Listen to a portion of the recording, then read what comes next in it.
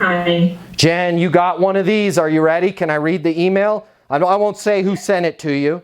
We all get these. These are the worst.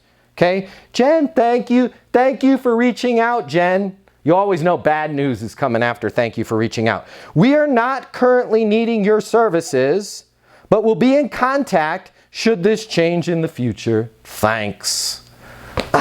Okay, so first thing, Jen, and you probably didn't have it on this one, but that's okay. The first thing, and you can still do it now, but the faster we can respond with this, the better. And that is this: net outcome statement. No problem. I'll be here when you need blank. And the blank is not what you sell. Like, for example, for me, what do I sell? I sell sales coaching. And if you sent me an email that says, Matthew, thanks for reaching out, Matt. We're not currently needing your services, but we'll be in contact should this change in the future. Immediately, I'm going to respond, no problem, Jen. I will be here when you need sales and top line revenue.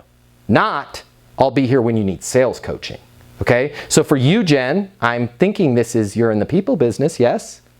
Sorry, again. I will be here when you need qualified people, when you need instant access to qualified people. Whatever that is. Play around with that. I just pulled that out of you know where, right? But if you sent me an email that says we don't need your services, instantaneously, within about 30 seconds, you're going to get an email from me that says, makes perfect sense. I'll be here when you need sales and top line revenue. Because who the hell doesn't need sales and top line revenue? And if it was an individual, I'll be here when you need sales and commissions.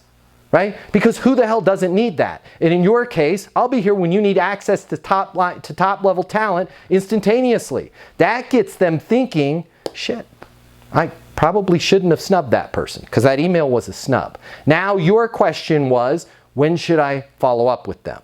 My answer to you is this: you shouldn't.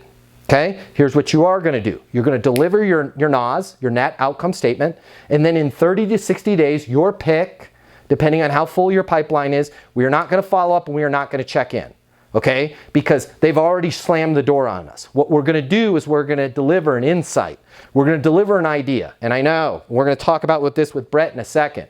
We're going to deliver something that's valuable to them, whether they do business with us or not. Kind of like what Justin's going to do. I'll review your accounts, whether they're my accounts or not. I'm happy to do it, right? This is what I do all day, every day.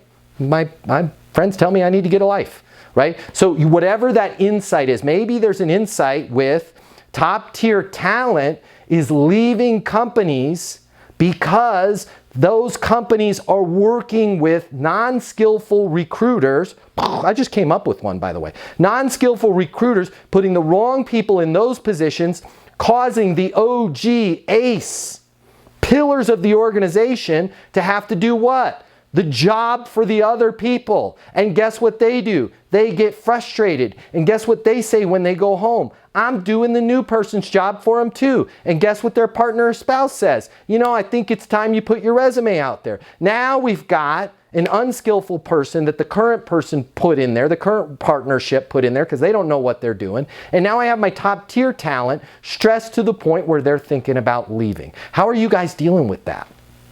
Right? It's a much different conversation than do you need people right now. And I guarantee, by the way, I just pulled that one out of my butt, but that's an actual fact right there. They're going to be like, you know what, we have been working with Acme Staffing and we had 4 misfires, right? I never really thought about that. Yeah, in terms of those misfires, forget them not being able to skillfully do their job. What kind of detriment does that have on the culture here? Right?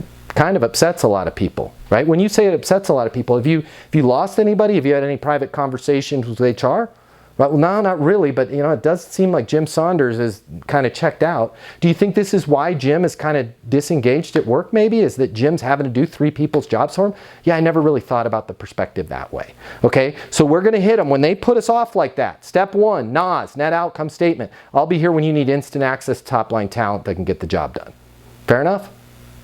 Okay, wow, she sounds like a kind of a rock star.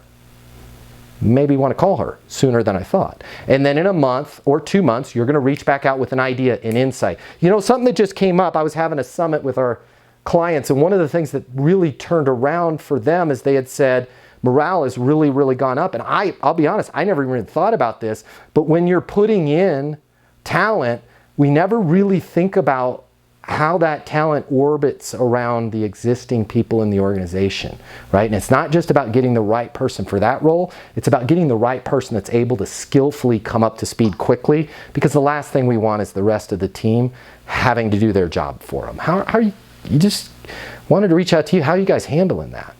Right? And if they go, don't have a problem with that, we've got the best culture on planet Earth and we were named top 100 employer in Omaha, no problem. I'll be here when you need access to top tier talent that can get the job done immediately. Fair enough? Or whatever your net outcome statement was. Rinse, repeat, rinse, repeat, rinse, repeat. Make sense? Are you tired of barely making quota every month, or worse? Are you not making your quota? Are you not hitting your numbers? Are you worried that you're going to lose your job in sales? All that can change for you within the next 60 days. Hi, my name is Matt Easton. I'm the founder of Easton University. It's the most effective sales coaching in the world, and we can help you double, yeah, you heard me correctly, double the amount of sales that you're making, double your quota, and double your income within the next 60 days with Easton University Sales Coaching. Click the link here, and we're gonna show you how you'll have access to the Easton University Learning Portal. It has everything you need to know to double your income, double your commissions, double your quota within the next 60 days. You're also gonna have the ability to join live coaching with me twice a week. I'm gonna be there with you every step of the way. You got a question on prospecting, I've got you covered. You wanna know how to close? We'll walk through it. You wanna be able to skillfully handle objections and complaints? I will walk you through in the live settings. Check out Easton University. Click the link now. You're gonna see 1,000 video testimonials from people just like you that have doubled their income in the last 60 days. Click the link here. I wanna talk to you about how we can help you sell twice as much within the next 60 days.